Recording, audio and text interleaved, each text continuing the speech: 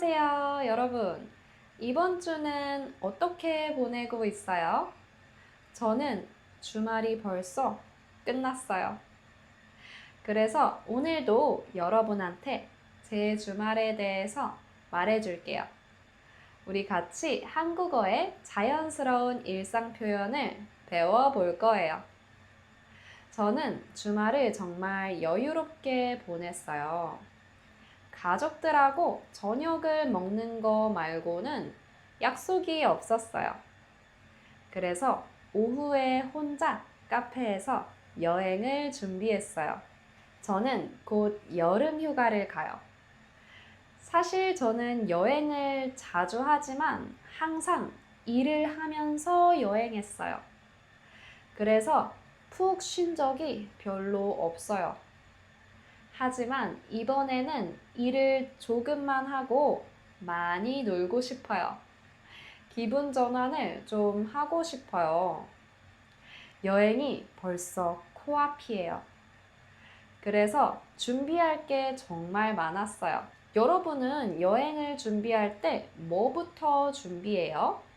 저는 제일 먼저 비행기 표를 예매해요. 그리고 숙소를 예약해요. 하지만 이건 이미 다 했어요. 그래서 이날은 예약을 확인하고 보험을 알아봤어요. 심카드도 사고 환전도 했어요. 여행할 때 할 일이 정말 많죠. 그리고 이날은 공휴일이라서 사람이 정말 많았어요. 카페에 자리가 없었어요. 그래서 저는 동네에서 제일 조용한 카페를 찾았어요. 이 카페는 인기가 별로 없지만 분위기가 좋고 평화로워요. 배가 너무 고파서 베이글하고 라떼도 시켰어요. 사실 저는 이렇게 영상을 찍는 게 아직 익숙하지 않아요.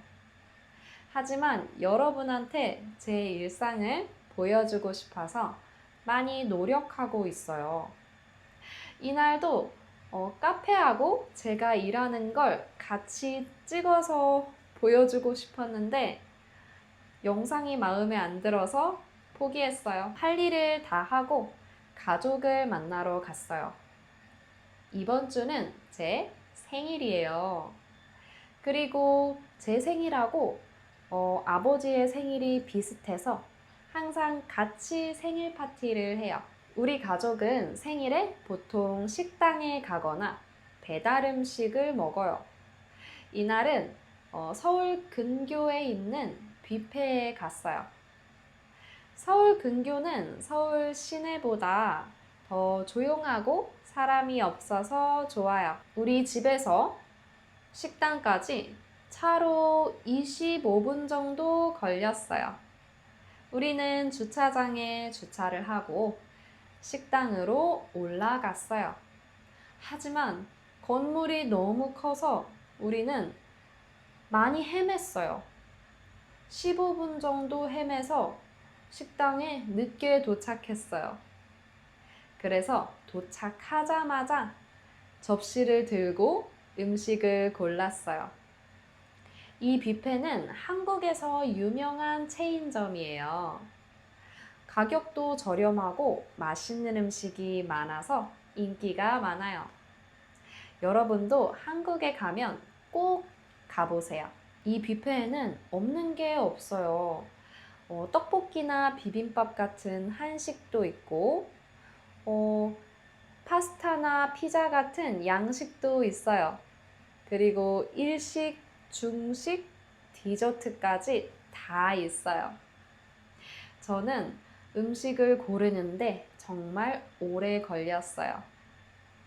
하지만 저는 뷔페에 가면 많이 못 먹어요. 이날도 2접시만 먹었어요.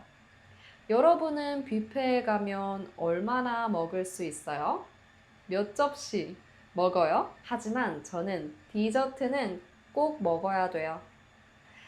왜냐면 이 뷔페에서는 크로플을 직접 만들 수 있어요. 여러분, 크로플 알아요? 이건 예전에 한국에서 유행한 디저트예요. 크로와상으로 만든 와플인데 정말 쫄깃해서 그냥 와플보다 더 맛있어요. 우리는 밥을 다 먹고 작은 파티를 했어요. 케이크를 꺼내서 촛불을 불었어요. 사진도 많이 찍고 선물도 줬어요. 저는 가족들한테 선물을 많이 받았어요. 대부분의 가족들은 저한테 돈을 줬어요. 동생은 간식을 선물해 줬어요. 이날은 부자가 된 기분이었어요. 그리고 엄마는 저한테 제가 제일 좋아하는 파란색 꽃을 선물해 줬어요. 정말 스윗하죠? 그리고 케이크가 조금 특이하죠. 이 케이크는 떡으로 만든 떡 케이크예요. 우리 가족은 빵보다 떡을 더 좋아해서 이 케이크로 주문했어요. 그리고 떡 케이크는 냉동실에 보관하면 오랫동안 먹을 수 있어서 더 좋아요. 여러분 오늘 제 생일 파티를 보면서 어땠어요? 여러분의 생일하고 비슷해요? 달라요? 지난 생일에는 어떤 선물을 받았어요? 저한테 알려주세요. 사실 예전에는 생일이 정말 중요했거든요. 친구들을 많이 만나고 파티도 많이 했어요. 하지만 이제 별로 중요하지 않은 것 같아요. 그냥 가족들하고 맛있는 걸 먹고 선물을 많이 받아서 저는 충분했어요. 여러분, 오늘 제 영상을 보면서 많은 표현을 배웠어요?